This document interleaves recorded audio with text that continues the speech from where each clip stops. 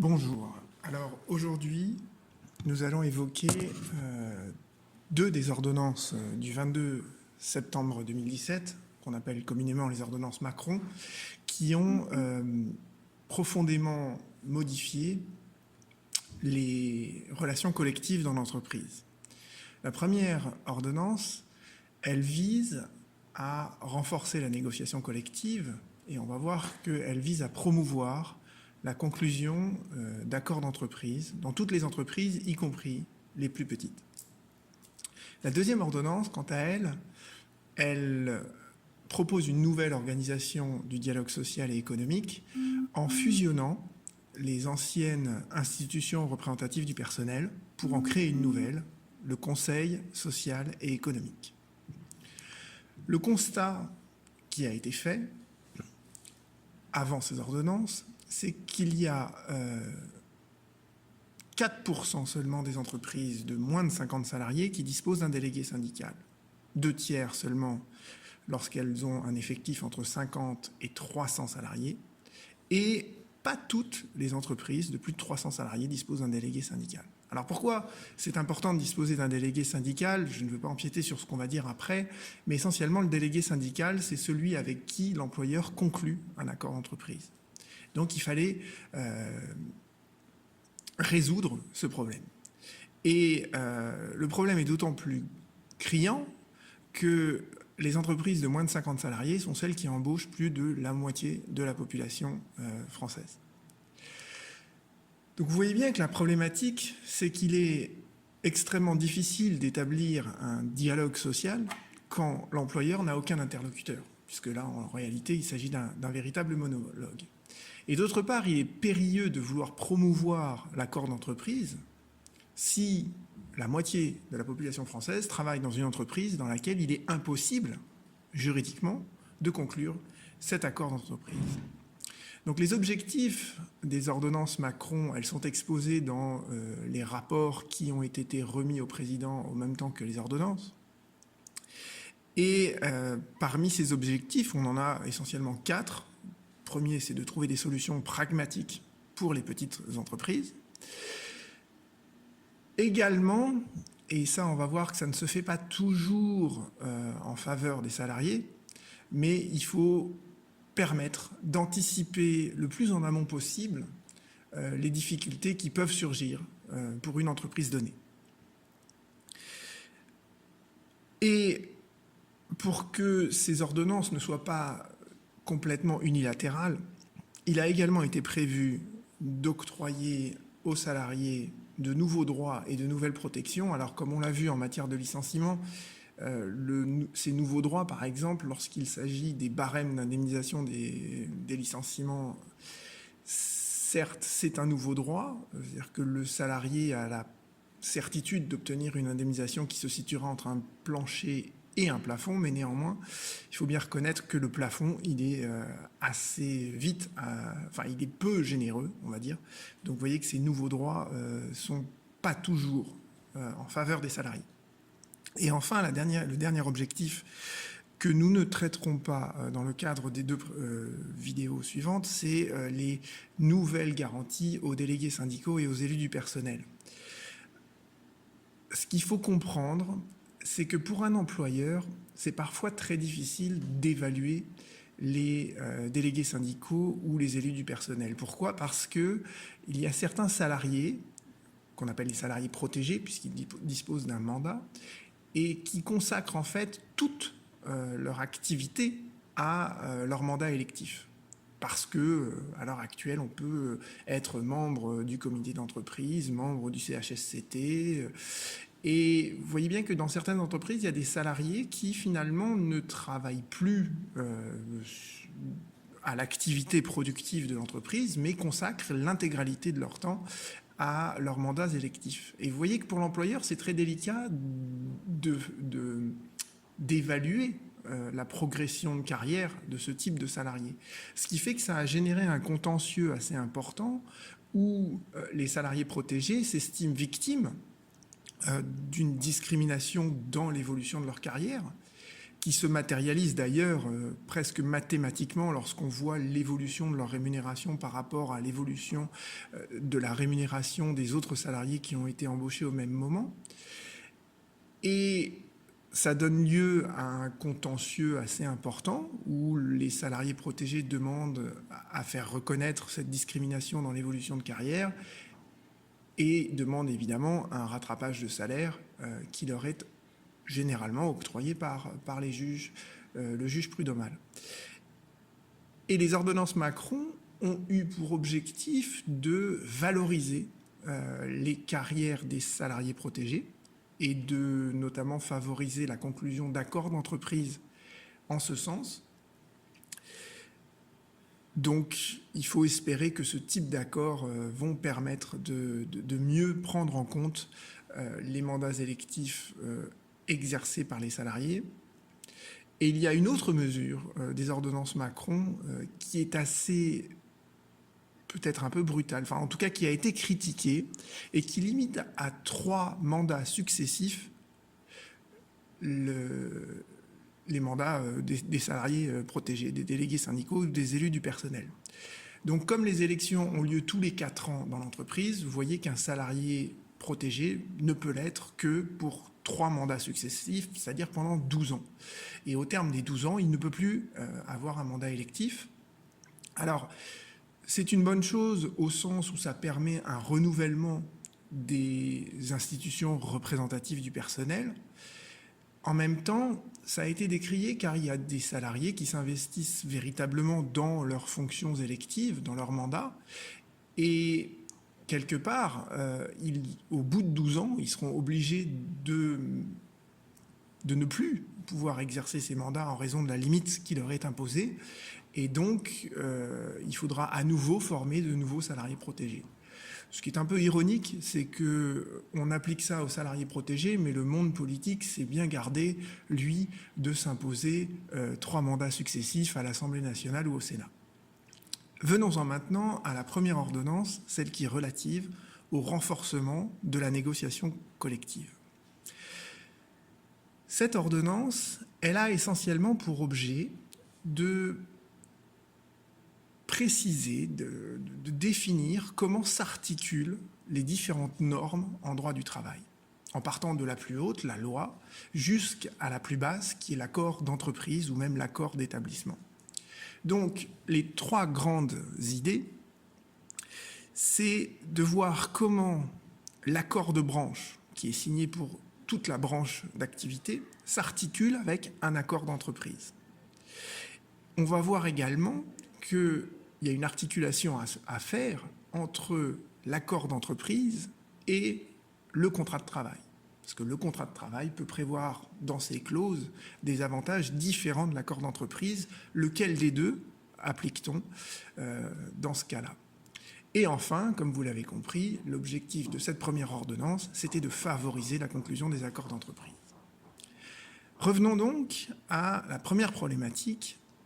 Et cette problématique, pour rappel, on va rappeler comment s'articulent la loi et les accords collectifs. Et ça, sur ce point, l'ordonnance n'a rien changé.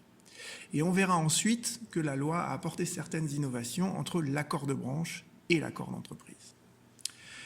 Alors, l'articulation de la loi et des accords collectifs, c'est un principe général qui est énoncé à l'article L2251.1, qui nous dit qu'une convention ou un accord peut comporter des stipulations plus favorables aux salariés que les dispositions légales en vigueur, mais ils ne peuvent déroger aux dispositions qui revêtent un caractère d'ordre public.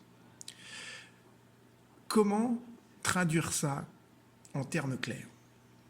Dans le Code du travail, il y a des dispositions qui sont d'ordre public. Et lorsqu'on est en présence d'une de ces dispositions d'ordre public, il n'y a pas de dérogation possible par une convention ou un accord d'entreprise, de manière moins favorable ou plus favorable. Il n'y a aucune dérogation qui est possible. Si en revanche on est en présence d'une disposition du Code du travail qui n'est pas d'ordre public, alors l'article 2251.1 nous dit que l'accord d'entreprise, la convention collective, ne peut pas être moins favorable que la loi. Ça, c'est le principe.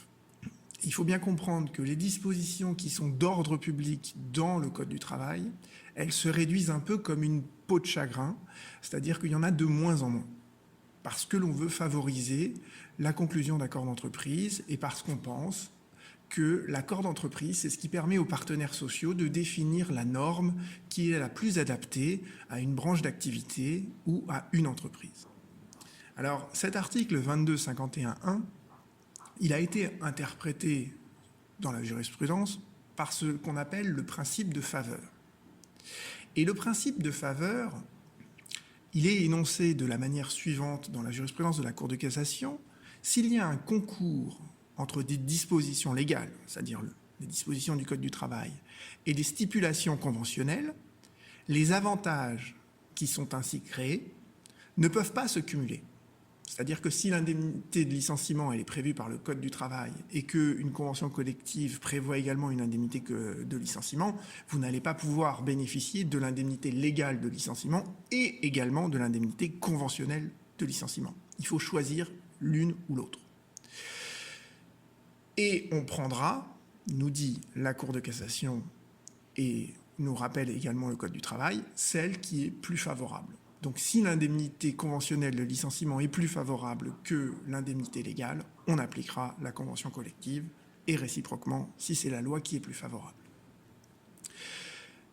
Et cette règle de non-cumul et d'application du principe de faveur, elle ne vaut que pour les avantages qui ont la même cause et le même objet. Alors ça a fait l'objet d'un contentieux de savoir est-ce qu'un avantage qui est institué par une convention collective, c'est exactement la même chose que ce qui est prévu par la loi. Là, il peut y avoir du contentieux sur ce point. Mais ça, c'est pour ce qui est de l'articulation entre la loi et la convention collective. Voyons maintenant l'articulation entre l'accord de branche qui est négocié au niveau de la branche d'activité et l'accord d'entreprise qui s'applique dans une entreprise. Et sur ce point, les ordonnances Macron n'ont fait que clarifier un mouvement qui s'est amorcé en 2004 et qui s'est amplifié en 2016, ce qui me permet de faire donc deux petits rappels au préalable. Premier rappel, c'est sur la validité des conventions de branche. Une convention de branche, elle n'est valablement signée que si les organisations syndicales représentatives dans la branche représentent plus de 30% des suffrages aux dernières élections dans la branche. Donc ça, il vous faut au moins, pour signer un accord de branche, 30% des organisations syndicales représentatives qui représentent plus de 30% des élections. Et il faut également, deuxième condition, puisque avec 30%, il y a quand même 70% d'organisations syndicales représentatives qui ont refusé de signer, il faut une absence d'opposition par des organisations syndicales représentatives qui représenteraient plus de 50% aux dernières élections. Si vous arrivez à ce seuil de 30% et une absence d'opposition par des syndicats qui représenteraient plus de 50%, à ce moment-là, la convention de branche est valable. Et ça, c'était pour les conditions de conclusion de l'accord de branche. Et quel est l'objectif d'une convention de branche? L'objectif d'une convention de branche, c'est de définir les conditions d'emploi et de travail de tous les salariés qui appartiennent à des entreprises qui relèvent de cette branche. Et l'objectif fondamental de la convention de branche, c'est de réguler la concurrence entre ces entreprises. Alors vous allez me dire, comment peut-on réguler la concurrence à travers une convention collective? Eh bien, la réponse à cette question, elle se trouve dans deux articles du Code du travail. L'article 2261.2, qui vous dit qu'une convention collective, le critère qui nous permet de savoir si elle s'applique à une entreprise, c'est le critère de l'activité principale de l'entreprise. Donc on regarde l'entreprise et on se dit, voilà, ça c'est une entreprise qui a une activité économique qui relève du secteur de la métallurgie. Par conséquent, on lui appliquera la convention collective de la métallurgie. C'est le critère déterminé par le Code du travail qui permet d'appliquer une convention collective. Et vous voyez bien qu'il y a des entreprises qui ont différentes activités. Je prends souvent l'exemple de Sarali, parce que Sarali, ils avaient, je ne sais pas s'ils les ont encore, ils avaient une activité sur la torréfaction du café, ces maisons du café. Ils avaient une autre activité dans le textile, qui est Dim et Damar, les sous-vêtements thermolactiles. Et enfin, ils faisaient du jambon d'Ost. Vous voyez bien que pour une entreprise comme Sarali, ça ne fait aucun sens d'appliquer la même convention collective pour ces trois activités différentes. Donc la Cour de cassation a dégagé la notion de centre d'activité autonome. Et donc si dans une entreprise, on arrive à identifier une activité autonome, eh bien pour tous les salariés qui travaillent pour cette activité autonome, on appliquera la convention collective qui correspond à cette activité. Donc pour Sarali, vraisemblablement, on devrait appliquer la convention du textile pour tout ce qui était Damar et Dim, et d'autre part des conventions de l'agroalimentaire pour le jambon d'Ost et la torréfaction du café. Donc vous voyez bien que l'objectif d'une convention de branche, c'est de s'appliquer à toutes les entreprises qui ont la même activité économique.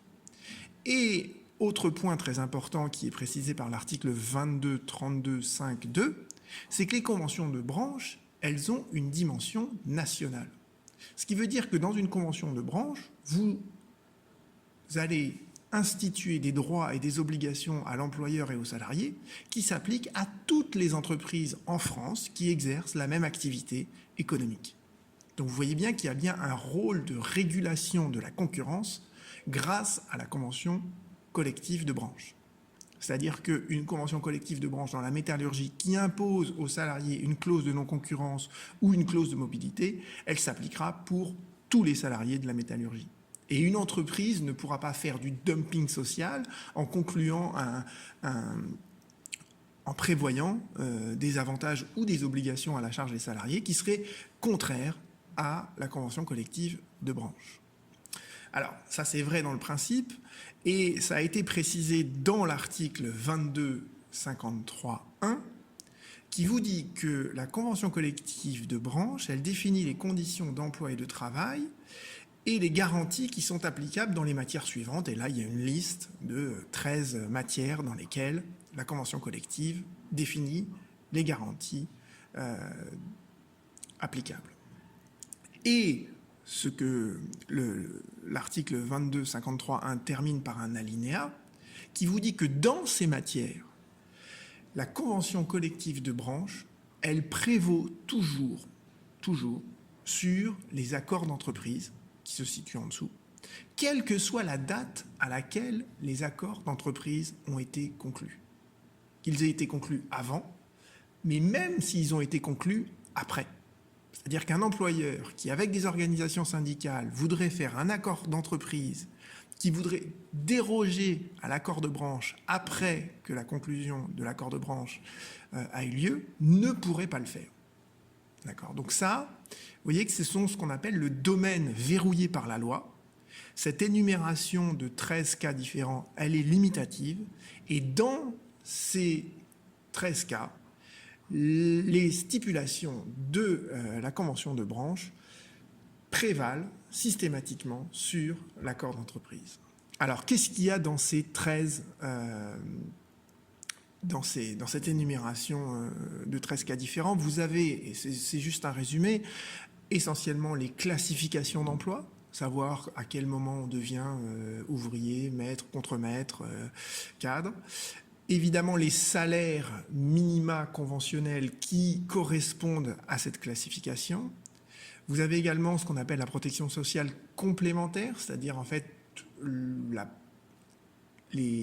les garanties qu'on offre aux salariés en plus du régime de base de la sécurité sociale et des régimes complémentaires. Essentiellement, par exemple, je prends l'exemple des retraites surcomplémentaires. D'accord, vous avez la retraite de base, la retraite complémentaire Agirc Arco, et bien l'employeur peut parfaitement dans une entreprise prévoir une retraite surcomplémentaire qui s'ajoute en fait aux deux retraites dont vous pouvez bénéficier par la simple application du Code de la sécurité sociale et des conventions Agirc Arco. Vous avez aussi, par exemple, les périodes d'essai, la thématique de l'égalité professionnelle, et comme on l'avait vu lorsqu'on avait étudié le contrat à durée déterminée, c'est l'accord de branche qui fixe le nombre de renouvellements possibles du CDD et la durée des CDD. Donc vous voyez, ça c'est le noyau dur énoncé par la loi dans lequel l'accord de branche prévaut sur l'accord d'entreprise. Vous avez également, à l'article 2253.2, ce qu'on pourrait considérer comme un noyau dur optionnel. C'est-à-dire que si une convention collective de branche a des stipulations qui concernent la prévention des risques, les travailleurs handicapés, l'effectif pour désigner un délégué syndical, les primes pour travaux dangereux, etc., à ce moment-là, les stipulations de la convention collective de branche, si elles le disent, alors elles vont prévaloir sur l'accord d'entreprise. Mais il faut bien qu'il y ait une clause expresse de la convention de branche qui préserve son impérativité sur ces points-là. Alors ça, c'est, vous l'avez compris, le noyau dur des conventions collectives de branche. Et ce que les ordonnances Macron ont affirmé dans l'article 2253.3, c'est que dans toutes les autres matières, donc tout ce qui est en dehors de ce noyau dur, la convention d'entreprise prévaut sur la convention de branche. Et ça prévaut quelle que soit la date de la conclusion de l'accord d'entreprise. Et ça, c'est dérogatoire du droit commun, parce que dans le droit commun, on considère que s'il y a une nouvelle loi qui est promulguée, eh bien, généralement, elle met fin au droit antérieur. Donc, on applique la nouvelle loi au détriment de ce qui avait été prévu auparavant. Et là, vous voyez bien qu'en matière de relations collectives, on considère que l'accord d'entreprise, si on n'est pas dans le noyau dur énoncé par la loi, l'accord d'entreprise va toujours prévaloir sur la convention de branche. Donc, si on veut synthétiser ça, vous avez bien compris, vous avez un noyau dur qui est défini limitativement par la loi ou expressément par l'accord de branche, et dans ce cas-là, l'accord d'entreprise ne peut être que plus favorable, mais pour tout le reste, l'accord d'entreprise prévaut sur la convention de branche. On en arrive maintenant à la deuxième problématique, l'articulation entre l'accord d'entreprise et le contrat de travail.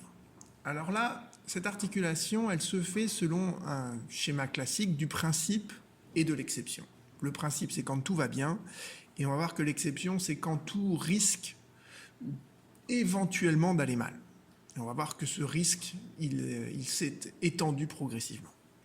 Alors, quand tout va bien, l'article 2254.1 nous dit que lorsqu'un employeur est lié par les clauses d'une convention ou d'un accord collectif, ces clauses s'appliquent au contrat de travail conclu avec lui, sauf stipulation plus favorable du contrat de travail. Ce qui veut dire que la convention collective, déjà, elle a un effet immédiat. Dès qu'elle entre en vigueur, elle régit les contrats de travail, que ce soit des contrats de travail qui ont été conclus avant ou après la conclusion de cet accord collectif. D'autre part, la convention collective, elle a un effet impératif, c'est-à-dire qu'elle s'impose, mais elle s'impose à l'employeur comme aux salariés. Et dernière idée à retenir, c'est que la convention collective, elle ne modifie pas le contrat de travail. C'est ce qu'on appelle le principe de non-incorporation.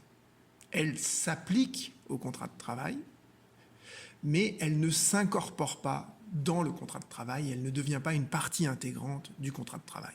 Alors, cet article, comment la jurisprudence l'a reformulé? Elle l'a reformulé de trois manières différentes. Tout d'abord, la Cour de cassation, notamment dans un arrêt de 88, elle a affirmé que le salarié ne peut pas renoncer pendant son contrat de travail aux droits qu'il tient de la convention collective. Ce qui montre que le principe de faveur, il a un caractère d'ordre public. Si on pouvait y renoncer, Ça voudrait dire qu'il n'est pas d'ordre public, mais là, justement, la Cour de cassation précise qu'on ne peut pas y renoncer. Et vous voyez bien que dans ce cas-là, en fait, chronologiquement, vous avez le contrat de travail qui a été conclu d'abord, et ensuite la convention collective qui s'est appliquée, et ensuite le contrat de travail qui aurait été conclu. Quoique, en même temps, non, ça pourrait marcher aussi dans l'autre sens, donc ne tenez pas compte de ce que je viens de dire. Je vous donne un exemple en jurisprudence de l'illustration de ce principe. Vous aviez en fait un salon de coiffure, je crois que c'est l'arrêt de 88, oui, c'est celui de 88. Vous aviez dans un salon de coiffure l'employeur qui avait décidé avec le coiffeur, son salarié, qu'il ne pouvait pas lui payer le salaire prévu par la convention collective et que la seule chose qu'il pouvait lui payer, c'était le SMIC, le salaire minimum légal. Et ils avaient signé un avenant au contrat de travail dans lequel le salarié reconnaissait que l'employeur n'avait matériellement, économiquement parlant, il ne pouvait pas lui payer le minima conventionnel et donc que le salarié se contentait du minima légal, du minimum légal. Le contrat de travail est exécuté pendant un certain temps et finalement, l'employeur est obligé de licencier le salarié. Et le salarié va devant le juge en disant « J'ai signé un avenant à mon contrat de travail dans lequel je renonce au salaire prévu par la convention collective. Cet avenant, il n'a aucune force légale, donc je demande un rappel de salaire sur toute la durée non prescrite pour obtenir en fait le paiement de rappel de salaire correspondant à la rémunération prévue par la convention collective. » Et la Cour de cassation a effectivement reconnu que dans ce cas-là, on ne pouvait pas renoncer par un avenant au contrat de travail aux droits que le salarié tient de la convention collective.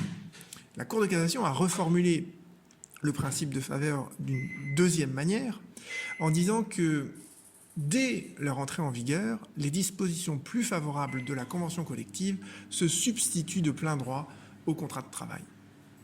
Donc là, vous voyez que c'est le principe de non-incorporation, c'est-à-dire que le contrat de travail n'est pas modifié, la convention collective n'est pas contractualisée, elle ne fait pas partie du contrat de travail, simplement on considère que les stipulations de la convention collective s'appliquent et elles se substituent aux stipulations du contrat de travail qui, elles, ne s'appliqueront plus tant que la convention collective est en vigueur. Dernière formulation du principe de faveur par la Cour de cassation, la Cour de cassation estime que les clauses plus favorables contenues dans un contrat de travail écartent celles moins favorables d'une convention collective. Donc là, vous voyez que la convention collective instaure des avantages pour les salariés qui sont moins généreux que ceux prévus par le contrat de travail. Et dans ces cas-là, la Cour de cassation estime qu'on choisit d'appliquer les stipulations du contrat de travail. Donc vous voyez bien qu'avec ces trois formulations, le principe de faveur veut que quand tout va bien, quand on n'est pas dans une des situations que je vais énoncer tout à l'heure, quand tout va bien, on choisit toujours entre le contrat de travail et l'accord d'entreprise ou la convention collective ce qui est le plus favorable aux salariés. Les ordonnances Macron ont surtout traité des situations dans lesquelles les choses pourraient aller moins bien. Les choses pourraient aller moins bien et l'idée à ce titre, c'est de permettre aux entreprises d'anticiper en amont et le plus en amont possible les difficultés qui pourraient survenir et de s'adapter justement pour pouvoir anticiper une hausse ou une baisse d'activité du marché. Donc vous voyez ce que les ordonnances Macron favorisent, c'est ce qu'on appelle la négociation à froid. Et on l'a vu la semaine dernière lorsqu'on a évoqué la rupture conventionnelle collective, avec certains des exemples que je vous avais donnés à la fin de la vidéo. La rupture conventionnelle collective, elle est justement, comme la gestion prévisionnelle des emplois et des compétences, elle est généralement mise en œuvre à un moment donné où il n'y a pas encore de difficultés économiques. Et les ordonnances Macron, sur ce point, elles ont voulu essentiellement fusionner et simplifier le recours à 4 accords qui existaient auparavant dans le Code du travail, qui étaient les accords de réduction du temps de travail, les accords de mobilité interne, les accords de maintien de l'emploi et les accords de préservation de l'emploi. Alors, quelques mots sur chacun de ces accords. Premier accord, les accords de mobilité interne. Là, l'objectif de l'employeur, c'est comme l'exemple que je vous avais donné pour la Société Générale dans sa rupture conventionnelle collective qu'elle a engagée en début d'année. L'accord de mobilité interne, ça vise, pour la Société Générale, à essayer de pourvoir des postes dans des agences qui se situent dans le nord de la France, où il y a finalement peu de candidats, pour en supprimer d'autres dans les agences qui se situent dans le sud de la France, où il y a énormément de candidats et trop de salariés. Donc là, l'accord de mobilité interne, il prévoit une mobilité géographique ou professionnelle. Et cet accord, il se situe en dehors de toute procédure de licenciement économique. Et généralement, on met ça en place lors de ce qu'on appelle la gestion prévisionnelle des emplois et des compétences. Si les salariés refusent un accord de mobilité, à ce moment-là, le Code du travail prévoyait que le licenciement engagé par l'employeur était un licenciement individuel, même s'il y avait plus de 10 salariés qui refusaient cet accord de mobilité. Vous trouverez des informations là-dessus sur le site servicepublic.fr. Je mentionnerai le lien dans les commentaires de cette vidéo. Vous aviez ensuite les accords de maintien de l'emploi. Alors, les accords de maintien de l'emploi, il faut, pour pouvoir les conclure, de graves difficultés économiques.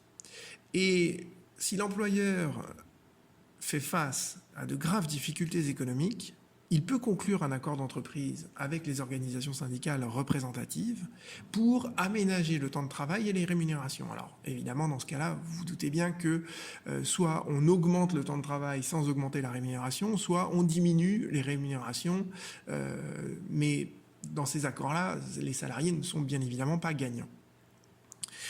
En contrepartie, l'employeur s'engage à ne pas licencier ou à bien moins licencier que s'il avait engagé un plan de sauvegarde de l'emploi. Donc vous voyez, c'est comme son nom l'indique, ces accords de maintien de l'emploi, c'est la moins pire des solutions quand on est confronté à des difficultés économiques. Et vous trouverez des informations sur le régime juridique de ces accords, soit sur le site Service Public, soit même sur le site travail-emploi.gouv.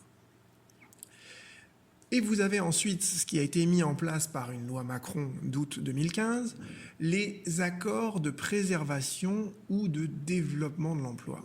Alors là, dans ces accords-là, on n'a pas besoin, pour les signer, de faire face à des difficultés économiques. Donc vous voyez que ces accords, on a voulu favoriser leur conclusion pour anticiper bien en amont, dans le cadre d'une négociation à froid, d'éventuelles difficultés économiques qui pourraient survenir ensuite et permettre à l'entreprise de s'adapter le plus rapidement possible. Et dans le régime juridique qui était prévu à l'époque, il était mentionné que ces accords-là doivent comprendre un préambule sous peine de nullité de l'accord d'entreprise, sans que le contenu de ce préambule, d'ailleurs, soit défini. Et on va voir que cette exigence-là, elle n'a pas été reprise dans le Code du travail après les ordonnances Macron. L'objectif de l'ordonnance, donc, c'était d'unifier le régime juridique de ces 4 types d'accords et surtout de prévoir des conséquences communes et identiques en cas de refus du salarié de se voir appliquer ce type d'accord. Tout est énoncé à l'article 2254.2 que j'ai scindé en 3 parties. Le grand 1 nous énonce que l'employeur peut conclure pour préserver ou développer de l'emploi des accords qui aménagent la durée du travail, qui aménagent la rémunération. Et quand on dit aménager la rémunération, c'est un terme très poli pour dire qu'on va la diminuer, ou même tout simplement pour prévoir une mobilité professionnelle et géographique. Donc, vous voyez bien que ces accords-là, les accords qui sont visés dans le grand 1 de l'article, ce sont les 4 types d'accords que je vous ai évoqués tout à l'heure. Cet accord d'entreprise, que doit-il contenir ? Alors, il doit contenir un préambule, puisque dans son préambule, il définit les objectifs. Et il peut, ce n'est pas une obligation, il peut préciser comment les salariés sont informés de l'application et du suivi de cet accord. Il peut, et ce n'est pas une obligation, énoncer comment les dirigeants vont fournir des efforts eux aussi sur leur rémunération, sur les dividendes versés aux actionnaires. Et il peut enfin préciser comment vont se concilier la vie professionnelle et la vie personnelle et familiale des salariés. Alors comme je vous ai dit, dans la version qui était antérieure à 2016, l'absence de préambule entraînait la nullité de l'accord. Et cette sanction disparaît de l'article 2254.2, cela étant, c'est sous réserve évidemment que la Cour de cassation statue sur ce point, et on peut, enfin en tout cas, il est vraisemblable, on va dire, même si c'est très difficile d'anticiper ce que dira la Cour de cassation, mais il est vraisemblable qu'elle considère qu'un accord conclu dans le cadre de l'article 2254.2 qui ne comporterait pas de préambule serait sanctionné par la nullité de l'accord. Mais évidemment, c'est sous réserve d'une confirmation de la part de la Cour de cassation.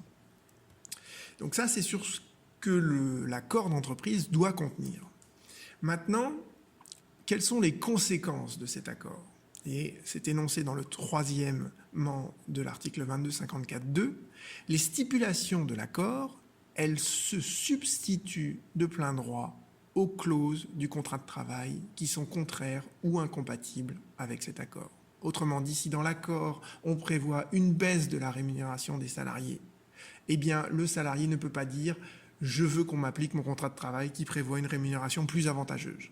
Parce que justement, l'accord se substitue immédiatement, dès son entrée en vigueur, aux clauses du contrat de travail qui seraient contraires. Et vous voyez bien qu'avec le mécanisme qui est ainsi décrit, on écarte le principe de faveur. On écarte le principe de faveur, mais on laisse toujours aux salariés la possibilité de refuser, car finalement, les effets produits par l'accord collectif, c'est une véritable modification de son contrat de travail, puisque certaines clauses du contrat de travail ne vont plus s'appliquer aux salariés.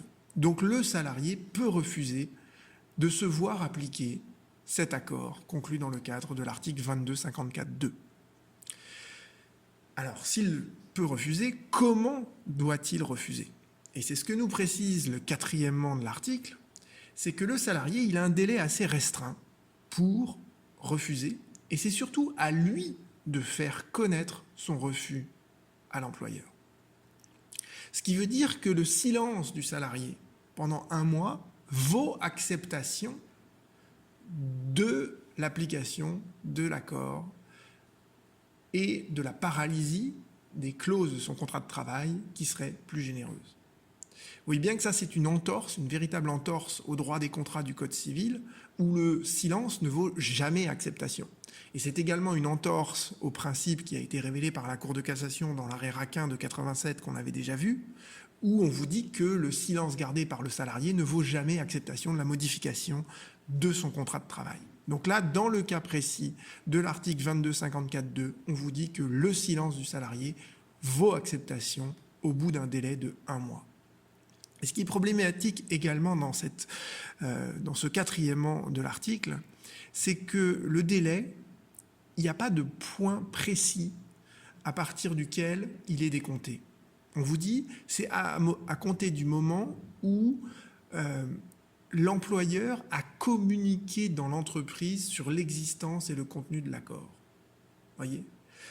Il a communiqué dans l'entreprise. Qu'est-ce que ça veut dire? Ça veut dire qu'il y a juste eu des négociations, les partenaires, enfin les organisations syndicales ont signé, mais il n'y a pas une information individuelle que l'employeur doit aux salariés. Et ça, c'est un peu problématique parce que c'est des accords qui sont lourds de conséquences sur le temps de travail du salarié, sur sa rémunération. On aurait quand même pu imposer à l'employeur d'informer individuellement les salariés, d'autant que les ordonnances Macron prévoient par ailleurs, promeuvent l'usage du numérique dans l'entreprise. On pourrait parfaitement imposer à l'employeur d'informer le salarié sans formalisme particulier, mais de l'informer individuellement par courriel, par courrier, par affichage, voyez, mais qu'il y ait une information individuelle des salariés, ce que le Code du travail ne prévoit pas pour l'instant. Alors peut-être que des décrets d'application vont le prévoir, mais pour l'instant, ils n'ont pas été promulgués. Dernière chose, donc on a compris le contenu de l'accord, on a compris que le salarié pouvait refuser cet accord, comment il devait témoigner et faire connaître à l'employeur ce refus, quelles sont les conséquences de ce refus, c'est ce qui est prévu à la fin de l'article, au 5e de l'article 2254.2. Si le salarié refuse, l'employeur peut licencier le salarié. Et c'est un motif spécifique de licenciement. C'est-à-dire que le refus du salarié, c'est une cause réelle et sérieuse, définie par la loi, de rompre le contrat de travail.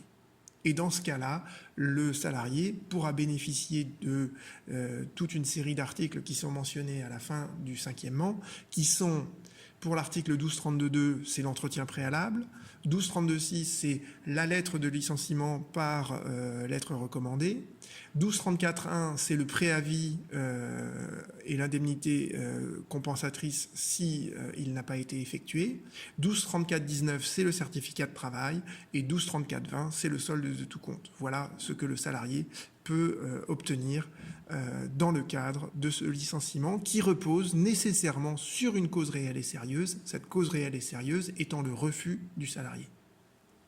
Enfin, dans le 6e de toujours ce même article, il est prévu que dans ce cas-là, l'employeur devra quand même abonder au compte personnel de formation. Alors le compte personnel de formation, c'était un crédit d'heures. La ministre du Travail vient d'annoncer que dès dorénavant, ça sera chiffré en euros, mais essentiellement, donc, c'est ce qui permet aux salariés de se payer une formation lorsque le contrat de travail est rompu. Donc là, dans ce cas-là, l'employeur, vous voyez, devra verser une somme correspondant qui sera déterminée par décret et qui permettra aux salariés, une fois que le contrat de travail sera rompu, d'entamer une nouvelle formation. Et le compte personnel de formation, ce qu'il faut savoir, c'est qu'il est plafonné. Il est plafonné essentiellement à 24 heures par année de travail à temps complet et plafonné surtout à 150 heures. Et là, justement, l'abondement de l'employeur ne sera pas pris en compte dans ce plafond des 150 heures qui vont bientôt être converties en euros. Donc ça, c'était la deuxième problématique de l'articulation entre le contrat de travail et la convention collective. On en arrive dorénavant à la troisième grande problématique, qui est celle de favoriser la conclusion d'accords d'entreprise et surtout de le favoriser dans les toutes petites entreprises qui n'ont pas de délégués syndicaux. Alors qu'est-ce qu'il faut retenir de ce point de vue-là? C'est qu'un accord d'entreprise, c'est avant tout un contrat. C'est un contrat qui est signé entre l'employeur et les organisations syndicales représentatives. Donc vous voyez bien que pour un contrat, il faut effectivement 2 co-contractants pour le signer. Et le Code du travail a toujours prévu qu'on ne pouvait pas signer un accord d'entreprise avec n'importe qui. On ne peut pas signer avec n'importe qui, et les règles du Code du travail de ce point de vue-là sont d'ordre public. On ne veut pas que l'employeur signe avec une organisation syndicale qui vient tout juste d'être créée, qui peut d'ailleurs être créée juste pour les besoins de la cause et avec une certaine complicité des salariés vis-à-vis de l'employeur, de certains salariés. On ne veut pas non plus qu'il y ait un collectif de salariés qui s'autoproclame du jour au lendemain apte à représenter les intérêts de toute la collectivité des salariés de l'entreprise.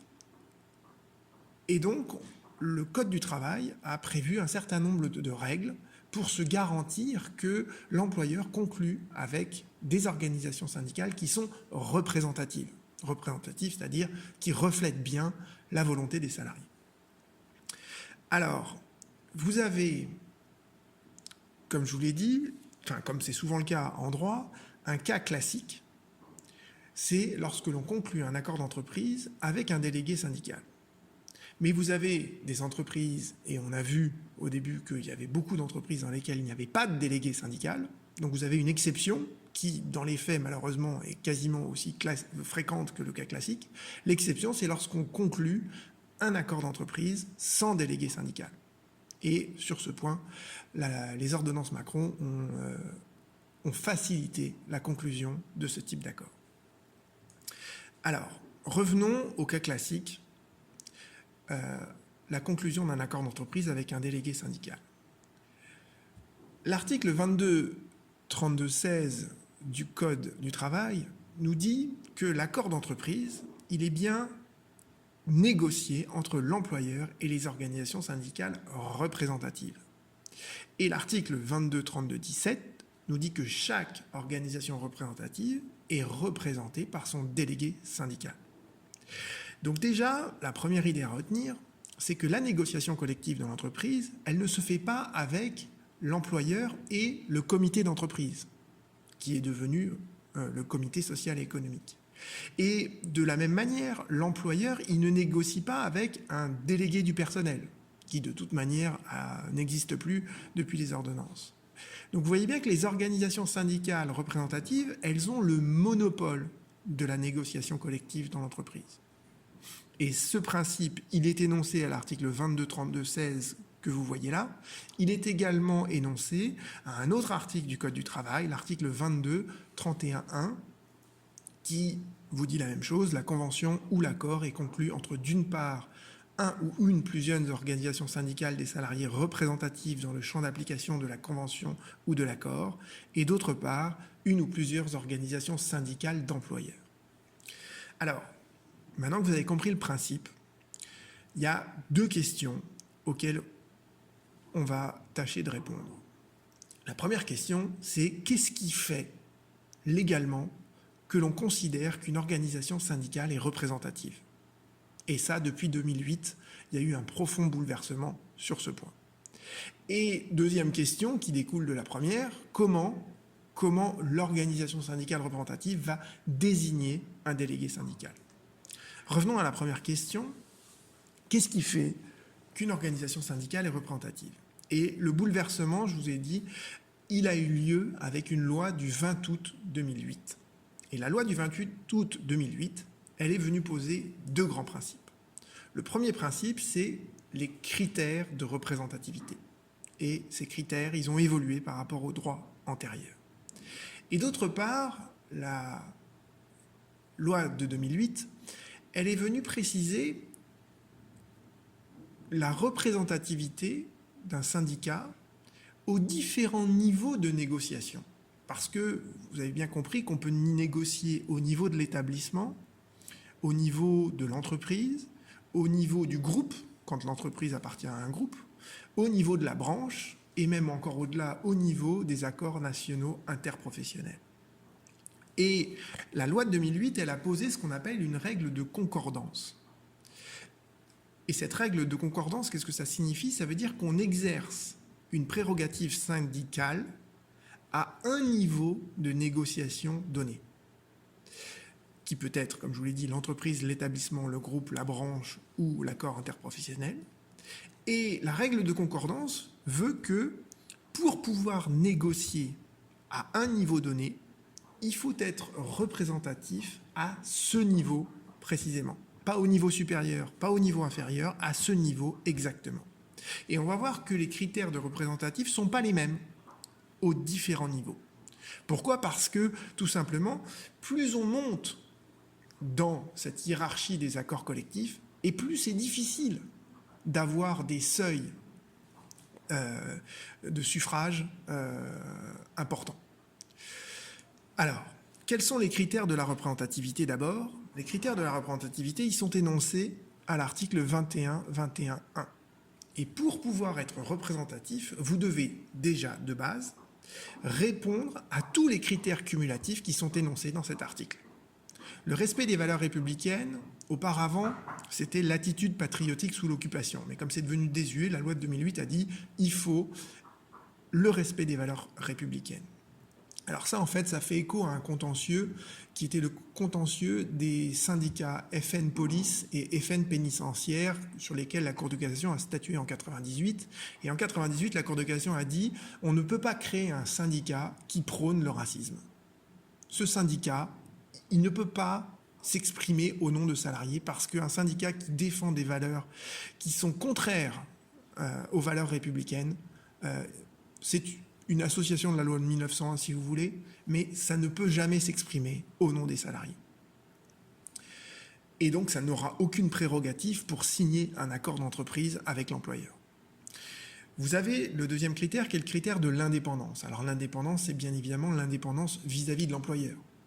Parce que la tentation est grande pour un employeur de créer un syndicat représentatif avec que des cadres qui font partie du comité de direction, par exemple, et qui vont signer des accords qui vont exactement dans le sens de l'employeur. Donc on veut que l'organisation syndicale représentative, elle représente bien l'intérêt des salariés et pas ceux de l'employeur. On exige une transparence financière. Alors là, de ce point de vue-là, la Cour de cassation, pour l'instant, est assez souple. Elle ne demande pas une comptabilité au sens du plan comptable tant que les comptes ne sont pas obscurs.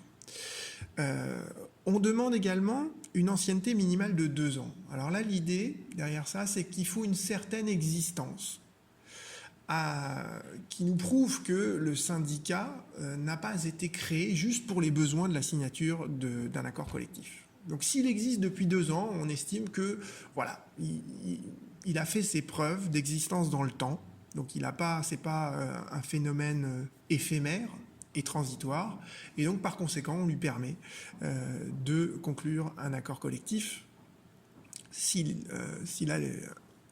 remplit d'ailleurs le 5e critère, qui est le critère de l'audience. Et on va voir le critère de l'audience, on va le détailler plus en détail après, mais l'audience, c'est l'audience aux élections du comité social et économique. Le 6e critère, c'est l'influence. Alors, vous voyez, on peut avoir recueilli des suffrages lors des élections dans l'entreprise, mais indépendamment de ça, il faut aussi avoir une influence auprès de la collectivité des salariés. Et c'est quoi cette influence concrètement? C'est la distribution de tracts, les appels à la grève, la participation aux négociations collectives. Voyez, donc on demande à un syndicat pas simplement d'être populaire entre guillemets auprès des salariés lors du vote, mais également d'avoir fait véritablement quelque chose. Alors sur ce critère de l'influence, la Cour de cassation, elle est pas très rigoureuse, il faut bien le reconnaître. Parce que justement, c'est parfois délicat pour un syndicat qui vient de se créer d'avoir une véritable, influence dans une entreprise.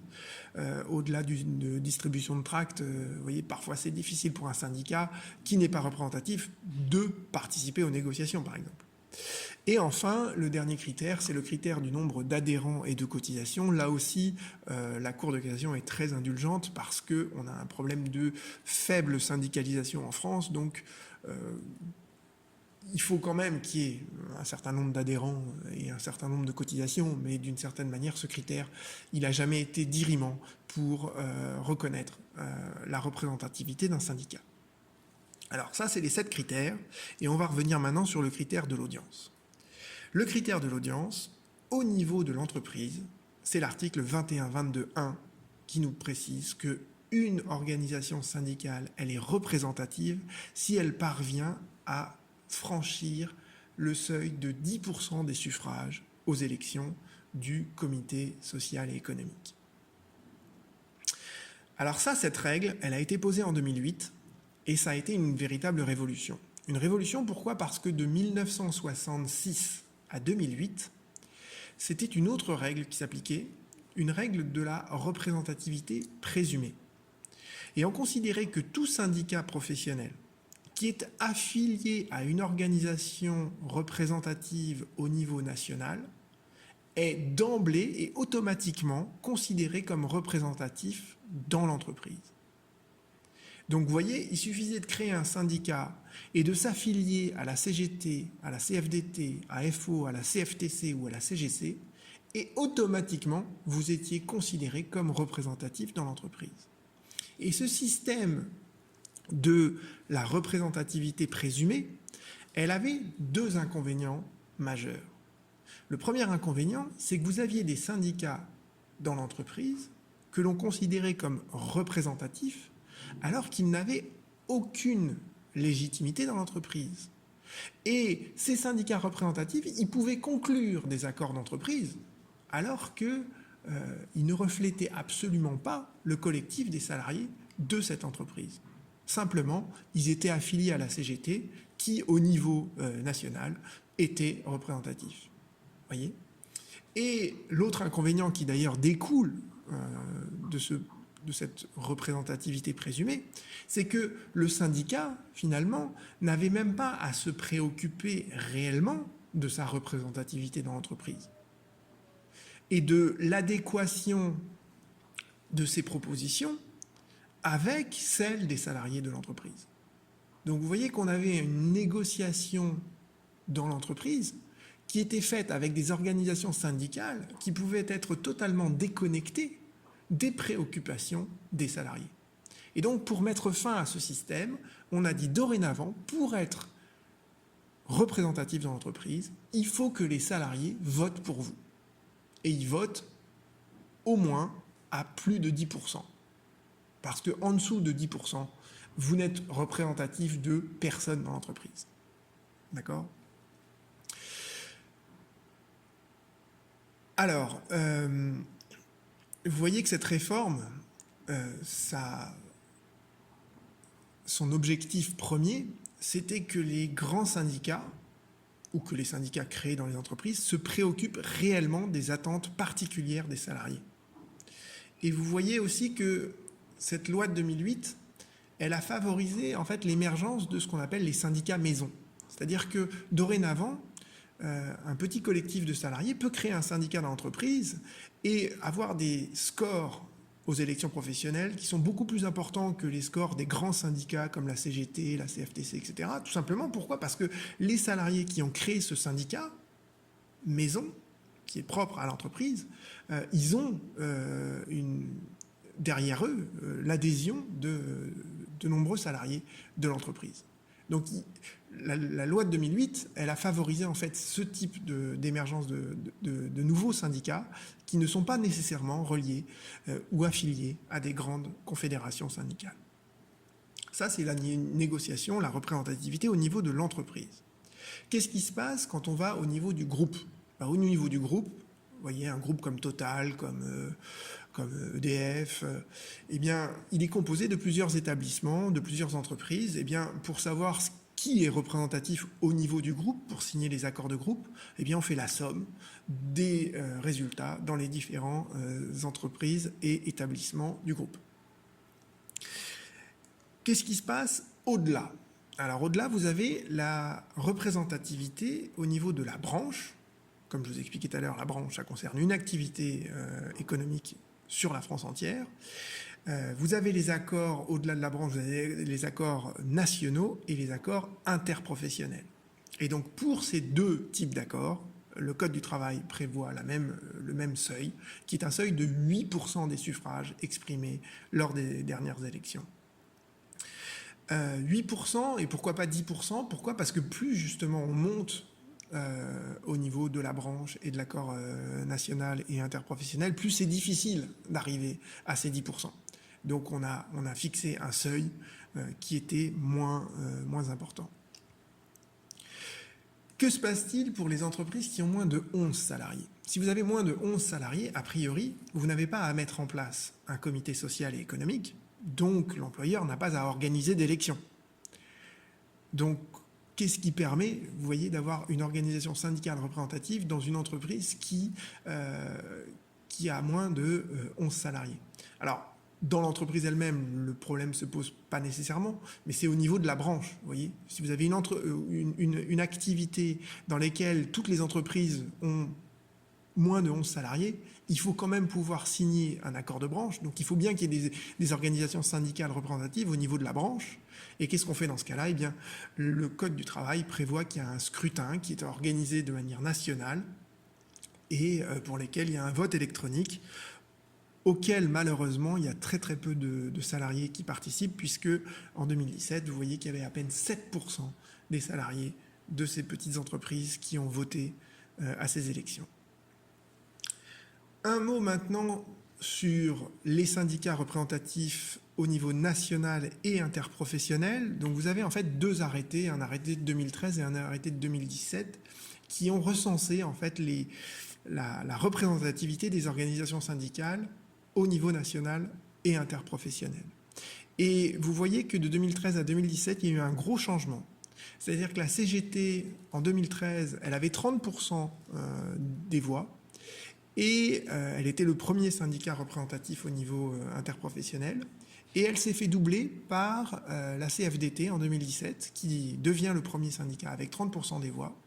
Et l'effritement en fait du score électoral de la CGT, bon, il est difficile à interpréter, mais vous voyez bien que la CGT, sur les grands mouvements récents, c'est un syndicat qui est assez virulent et surtout un syndicat avec lequel il est très difficile de négocier, qui appelle à la grève et qui refuse, qui trouve toujours un prétexte pour ne pas signer un accord d'entreprise. Et ça, quelque part, ça risque de contribuer à la décrédibilisation progressive. Alors, la CGT reste quand même le deuxième syndicat à l'heure actuelle représentatif au niveau interprofessionnel, mais vous voyez que la volonté de ne pas signer en fait un accord d'entreprise avec le mécanisme qui a été mis en place depuis 2008, ça peut contribuer à je ne sais pas comment formuler ça de manière sans être trop péjoratif, mais à un effritement en fait d'audience de la part d'un syndicat. Et d'ailleurs, on remarque que dans le cadre des cadres, par exemple, la CFE-CGC a connu une nette progression de son score électoral, parce que c'est un syndicat qui essaye justement de conclure le plus possible avec l'employeur des accords d'entreprise.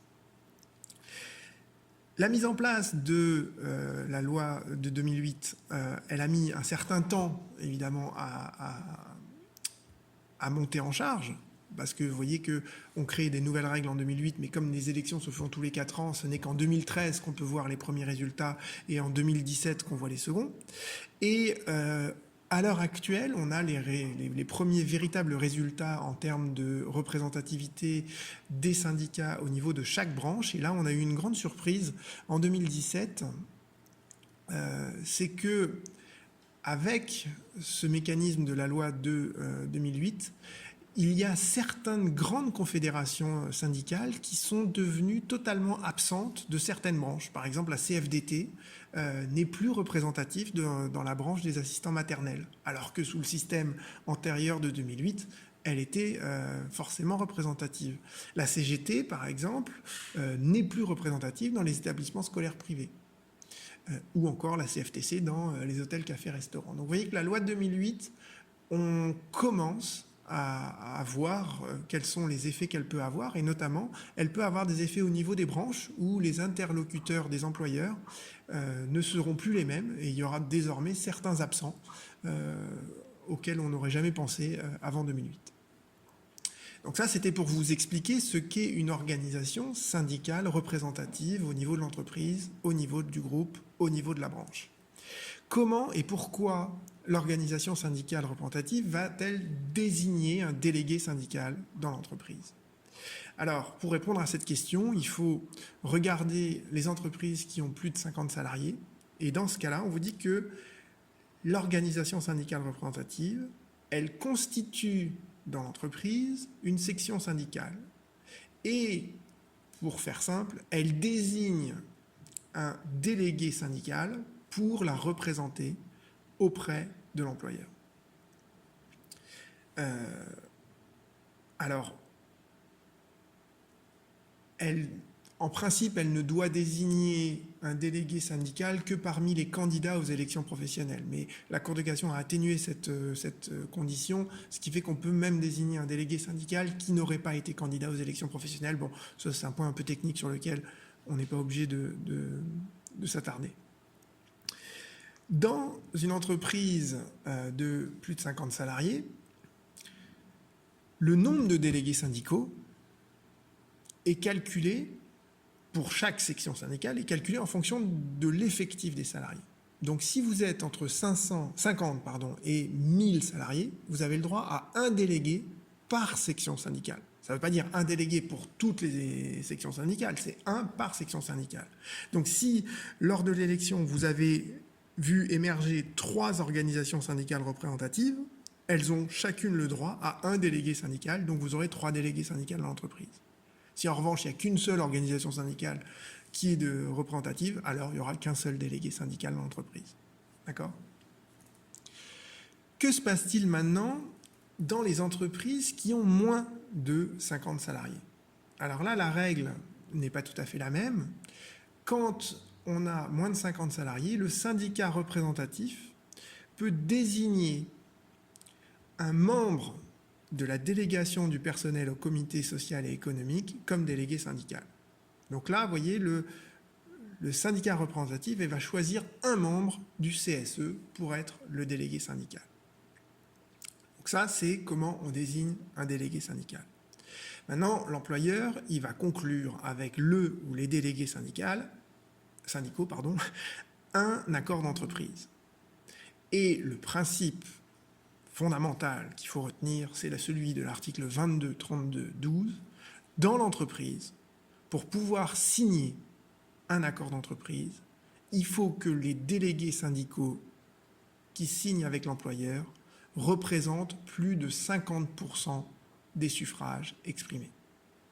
Donc vous voyez bien que dans une entreprise où vous avez 4 organisations syndicales représentatives, l'une qui a fait 15, l'autre qui a fait 20 et la troisième qui a fait 25, là, vous êtes au-dessus de 50%. D'accord ? Si en revanche leur score est moindre et qu'additionnés ils arrivent qu'à 43%, eh bien vous avez beau avoir signé un accord d'entreprise avec 3 délégués syndicaux, vu que leur score électoral est inférieur à 50%, vous n'avez pas un accord d'entreprise qui est valide, nous dit le Code du travail. Alors ça, c'est une règle qui, vous voyez, est assez dur parfois à obtenir. Et il faut comprendre que pendant très longtemps, il suffisait simplement de signer avec un syndicat représentatif, peu importe son audience en termes de score électoral. Ce qui était vraiment choquant quand en plus la représentativité était présumée. D'accord ? Donc avant, dans le système antérieur à ce que nous connaissons maintenant, vous voyez bien qu'il y avait des accords d'entreprise qui étaient signés par un syndicat qui ne représentait en réalité rien dans l'entreprise. Et là maintenant, on a cette règle qu'il faut premièrement que le syndicat soit représentatif et qu'il ait donc plus de 10% des élections, mais qu'en plus de ça, les délégués syndicaux représentent au total plus de 50% lors des dernières élections. Et cette règle que je viens de vous exposer, en fait, elle fait le fruit d'une longue évolution. D'accord ? En 2004, la règle, c'était on pouvait signer avec un syndicat qui était minoritaire, il fallait simplement une absence d'opposition majoritaire. En 2008, on a élevé ce seuil dans l'entreprise. On a dit on peut signer un accord d'entreprise avec des syndicats minoritaires, mais ils doivent au moins faire 30%. Et il faut d'autre part qu'il y ait une absence d'opposition des syndicats représentatifs majoritaires. Et cette règle des 30% et de l'absence d'opposition majoritaire, elle ne s'applique plus dans l'entreprise, mais elle s'applique encore au niveau national interprofessionnel et au niveau de la branche, comme je vous l'ai expliqué tout à l'heure. Parce qu'à ce niveau-là, c'est extrêmement difficile d'obtenir les 50%. D'accord ? Donc vous avez en 2008 cette évolution vers les 30%. Et depuis 2016, on vous dit il faut que les organisations syndicales avec lesquelles vous signez, elles représentent plus de 50% des suffrages. Alors, vous comprenez bien que toute cette évolution, elle est très très importante puisque dorénavant, lorsque vous concluez un accord d'entreprise, il a une double légitimité. D'abord, les acteurs, les organisations syndicales représentatives, les délégués syndicaux, ils sont légitimes parce que, en termes de score électoral, ils ont derrière eux un certain nombre de votes. Bon, certes, ça n'est que 10%, mais ils ont été élus et donc ils ont une légitimité du fait de leur désignation. Et l'accord d'entreprise, il est également légitime en tant qu'acte lui-même. Pourquoi ? Parce que dorénavant, il faut un accord majoritaire. Il faut que les syndicats qui signent l'accord, ils représentent plus de 50% des votes. Et donc on estime derrière cette formule qui représente plus de la moitié du collectif des salariés et que les intérêts des salariés, au moins majoritairement, sont défendus par les organisations syndicales représentatives.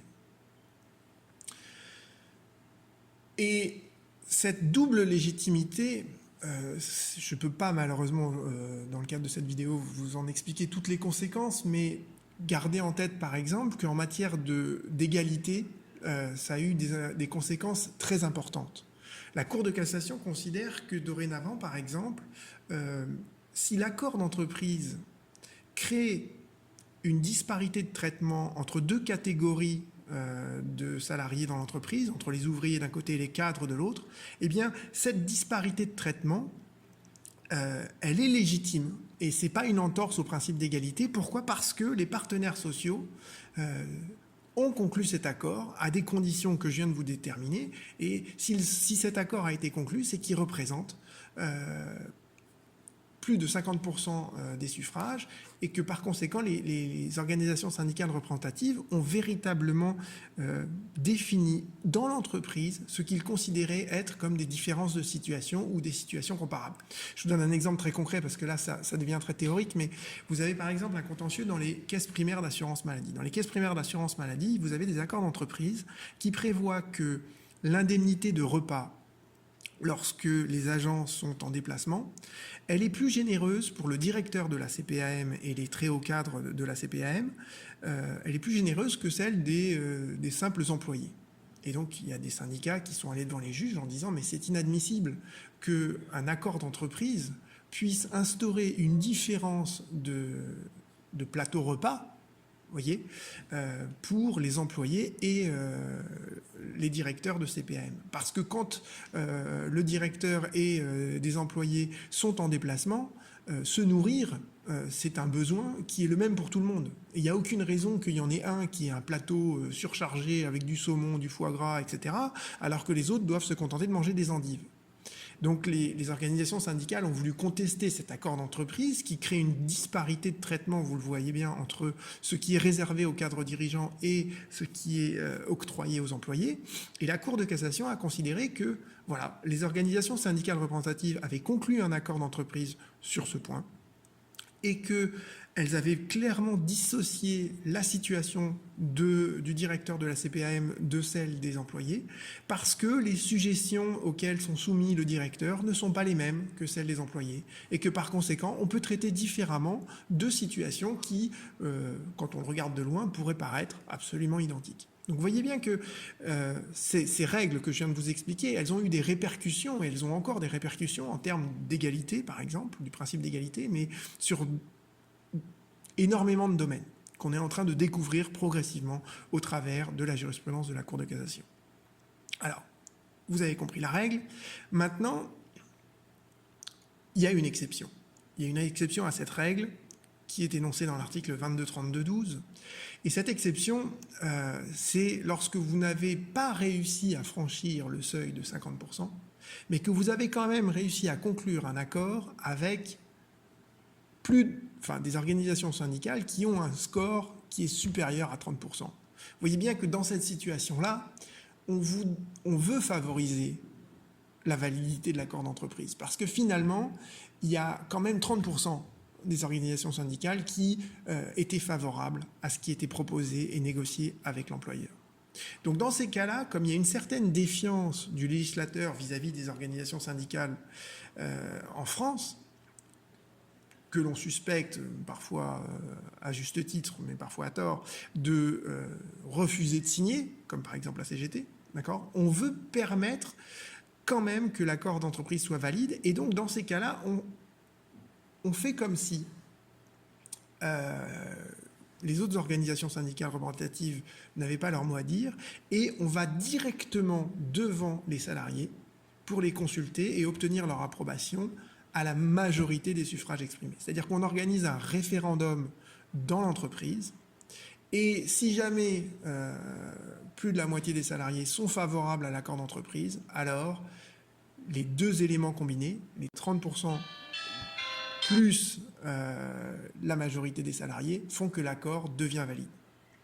Et vous voyez bien qu'il y a un danger à ça, c'est que à la fois ça favorise la conclusion d'accords d'entreprise par la ratification par les salariés, mais en même temps c'est un référendum. Et dans le référendum, il y a toujours l'idée qu'on vote oui ou non à un bloc sur lequel il n'y a plus de négociation possible. Vous voyez, il n'y a pas de négociation dans le référendum, soit on accepte tout, soit on rejette tout. Et donc déjà, ça c'est une des critiques qu'on peut faire à ce mécanisme qui est prévu par le Code du travail. D'autre part, ce que l'on peut craindre, c'est que l'employeur ait réussi à obtenir la signature de quelques organisations syndicales qui représentent plus de 30%, et qu'il fasse un véritable chantage à l'emploi pour obtenir la ratification par la majorité des salariés. Chantage à l'emploi en disant, voilà, je vous expliquais tout à l'heure les accords de réduction du temps de travail ou de rémunération. L'employeur peut très bien dire, bon ben voilà, j'ai réussi à obtenir 30%, une signature d'un accord d'entreprise avec des organisations qui représentent 30% des salariés. Je n'ai pas obtenu les 50%. Je vous propose cet accord. Si jamais il n'est pas validé par la majorité des salariés, à ce moment-là, j'engagerai un plan de sauvegarde de l'emploi et il y aura un licenciement économique derrière. Donc, il est possible que le référendum, dans certaines entreprises, soit utilisé par l'employeur comme une forme de chantage à l'emploi sur un accord dont on ne peut pas négocier point par point le contenu. Dernière chose, qu'est-ce qui se passe en cas d'opposition? Qu'est-ce qui se passe si on n'arrive pas à obtenir des organisations syndicales représentatives qui font plus de 50% des salariés? Qu'est-ce qui se passe quand on n'obtient pas la majorité des suffrages exprimés par les salariés? Eh bien, le Code du travail nous dit, dans ces cas-là, l'accord, il a beau avoir été signé par des organisations syndicales, il est simplement réputé non écrit, il n'a aucune existence juridique. D'accord? Donc là, s'il y a une opposition à la conclusion d'un accord, l'accord n'existe pas. Donc ça, c'est le cas classique où vous avez des organisations syndicales représentatives dans l'entreprise.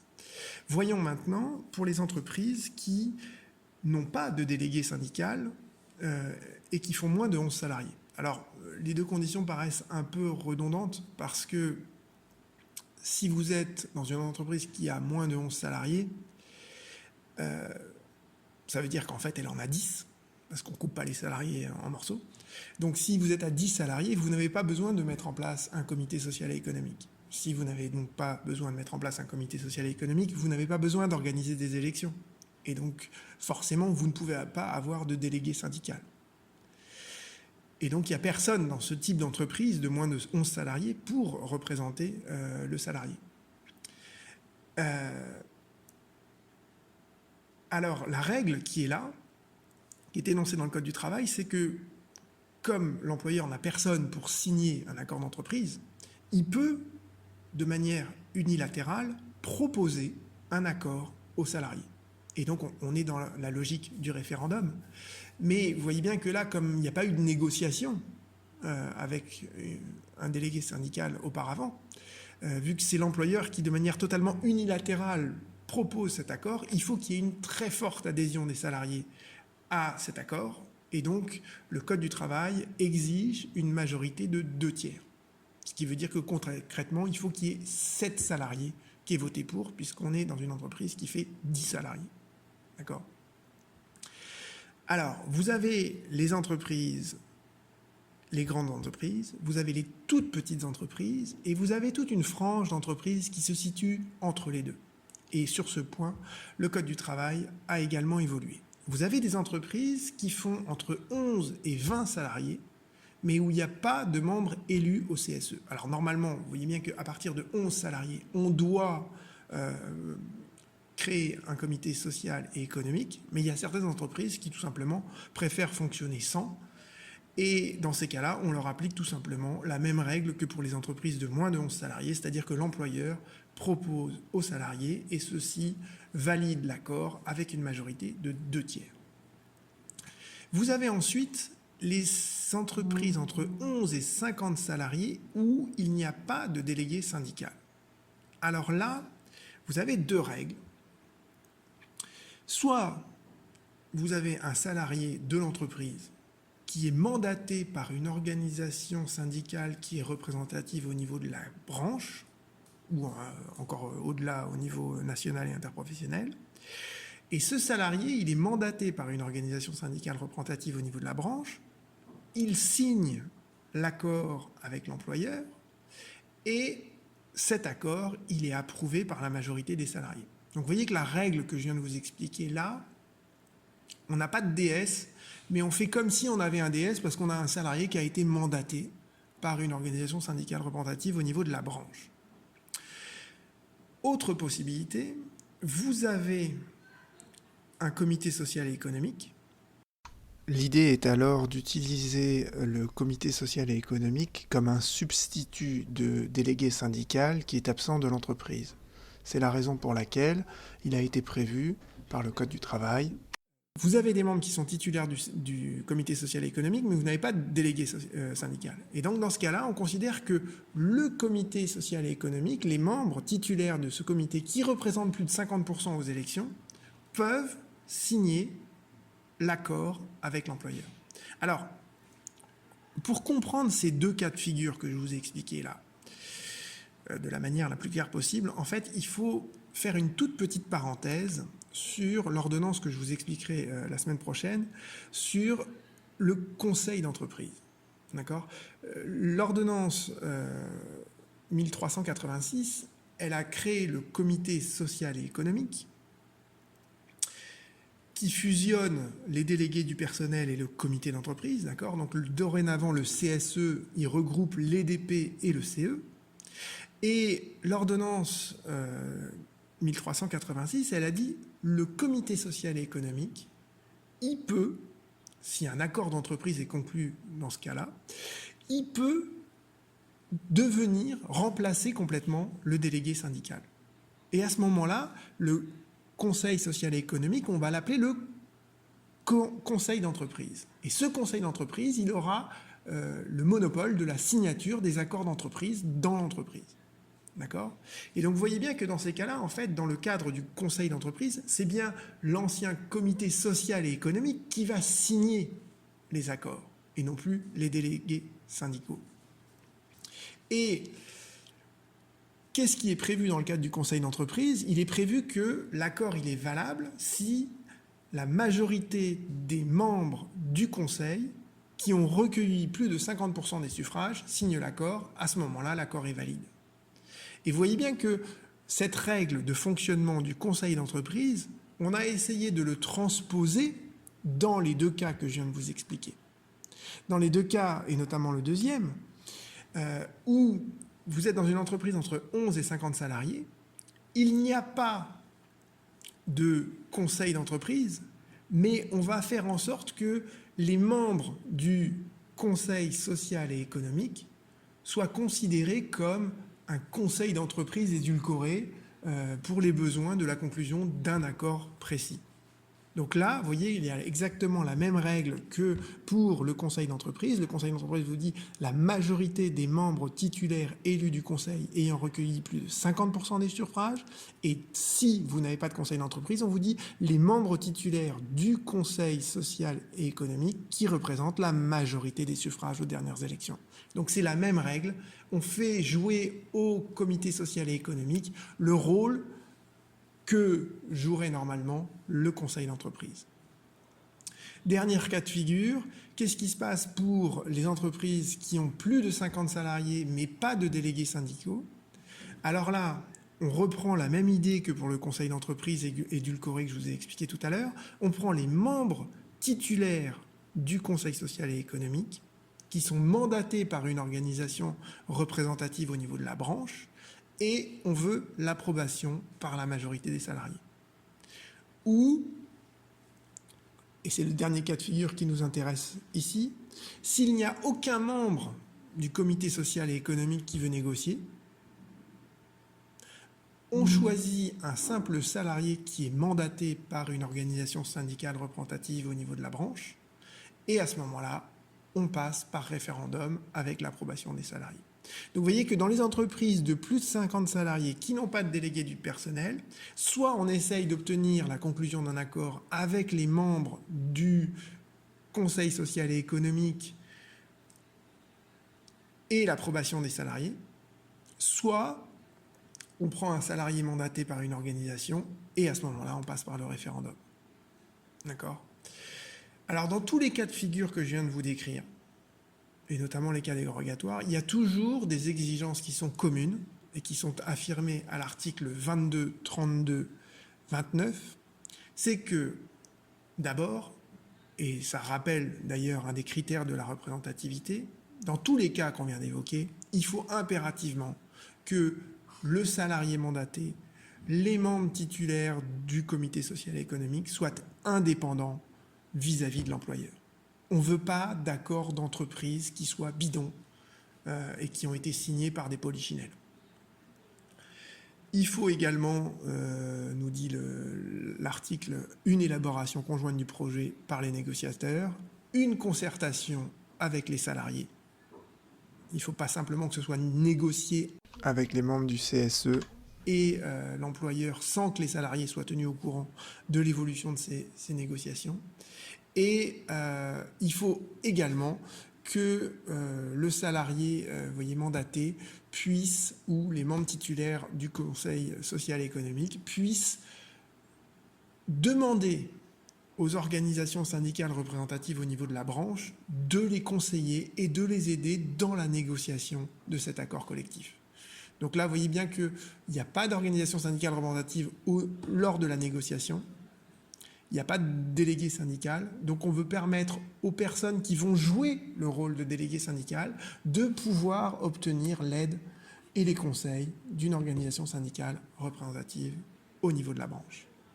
Et on verra la semaine prochaine les ordonnances relatives à la nouvelle organisation du dialogue social et économique dans l'entreprise, avec la refonte finalement des institutions représentatives du personnel dans l'entreprise. Merci.